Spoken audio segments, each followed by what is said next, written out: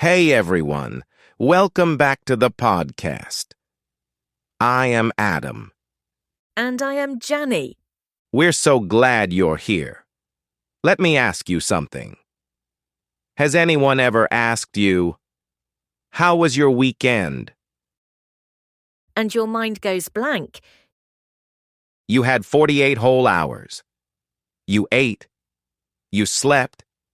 You did something. Maybe. And all you say is, it was good. We've all been there. Well, not today. Today, we're turning your it was good into a real story. This is the Weekend Debrief, where we talk about weekend plans versus what actually happened, because let's be honest, those are usually two very different things. Before we begin, if you like our podcast, don't forget to hit the like button. It's a simple way to support our channel and helps us reach more learners. And don't forget to subscribe to the English Way channel so you never miss a new episode. And if you have a friend learning English, share this episode with them. Learning is always better with friends. Okay, let's start with Friday afternoon energy. Because Friday, you is ambitious. Friday you says, this weekend I'm getting my life together. Sunday you says, well, there's always next weekend. So, Adam, what was your big plan? By Friday, I was exhausted. I told myself, I'm staying in and not going out. No plans. I need to recharge. I pictured a low-key weekend.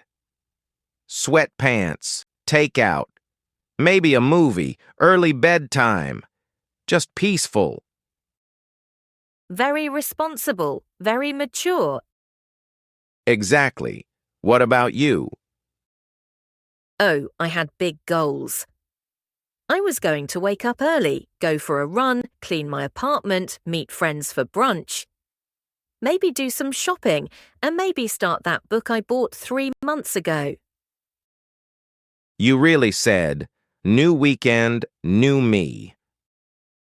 I really did. So what happened at 7 a.m.? My alarm went off, and I hit snooze. Classic move. Then I hit snooze again, and again. Suddenly it was 9:30. So, no run. That run did not happen. Instead, I stayed in bed scrolling on my phone. You know that 5-minute scroll that turns into an hour? Oh yeah, dangerous. Eventually, I got up, made coffee, and moved slowly. It actually felt kind of nice, no pressure. Then I texted my friends about brunch. Let me guess. They all cancelled. Can we take a rain check? Ouch. For a minute, I was disappointed. I imagined myself dressed up at a cute cafe. Instead, I made pancakes at home, music playing, coffee brewing, pajamas all day. Honestly, that sounds peaceful. Meanwhile, I started strong. I made breakfast and turned on a show, just one episode. Sure, just one. 6 episodes later. No way. Every episode ended with a cliffhanger. I kept saying one more. Before I knew it, half the day was gone.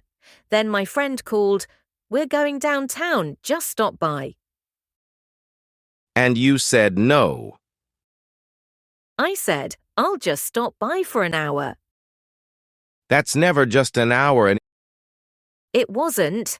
We walked around, grabbed coffee and checked out a street market. There was live music, food trucks and people everywhere. The energy was contagious. I didn't get home until midnight. So much for staying in. Okay, Sunday is where things got interesting for me. I finally left the house to take a walk around my neighborhood. Just fresh air, sunshine, reset mode. As I'm walking back home, I see flashing lights outside my neighbor's house. Oh no, what happened? So apparently my neighbor Mr. Thompson decided to fix his own plumbing Saturday night. That's already a red flag. He watched 3 YouTube videos and said, "How hard can it be?" Famous last words. Well, he turned off the wrong valve. Water started leaking, then spraying, then flooding his kitchen. No way. Yes. By Sunday morning, water had leaked into the apartment below him. The fire department had to shut everything down. That escalated quickly. It gets better. He came outside holding a wrench, completely soaked, and said, "I think I made it worse."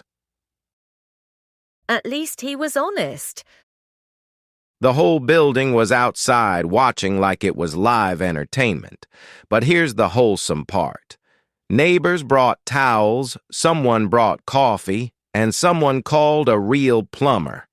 It turned into this unexpected community moment.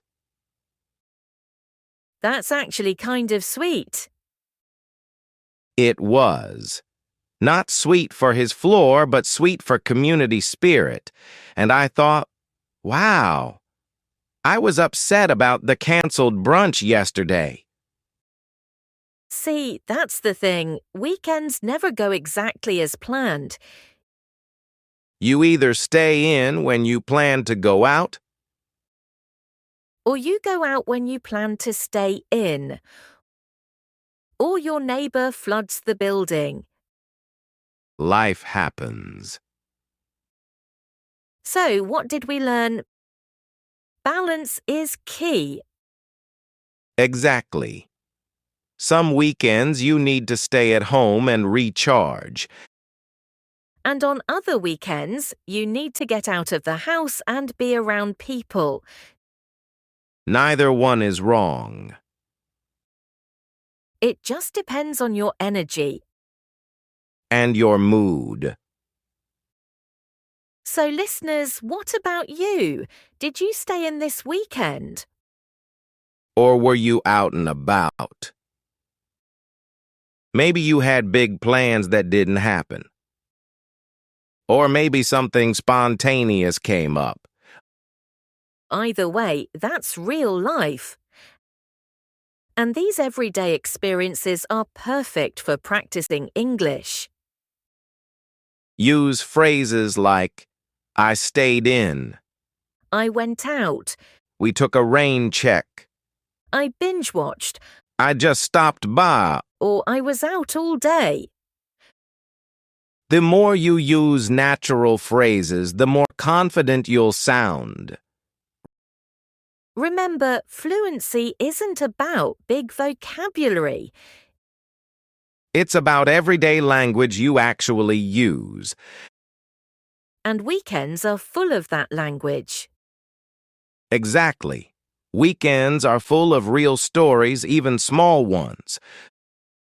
So next time someone asks, "How was your weekend?" don't just say, "It was good." Tell a mini story. Were you in pajamas all day? Or out and about?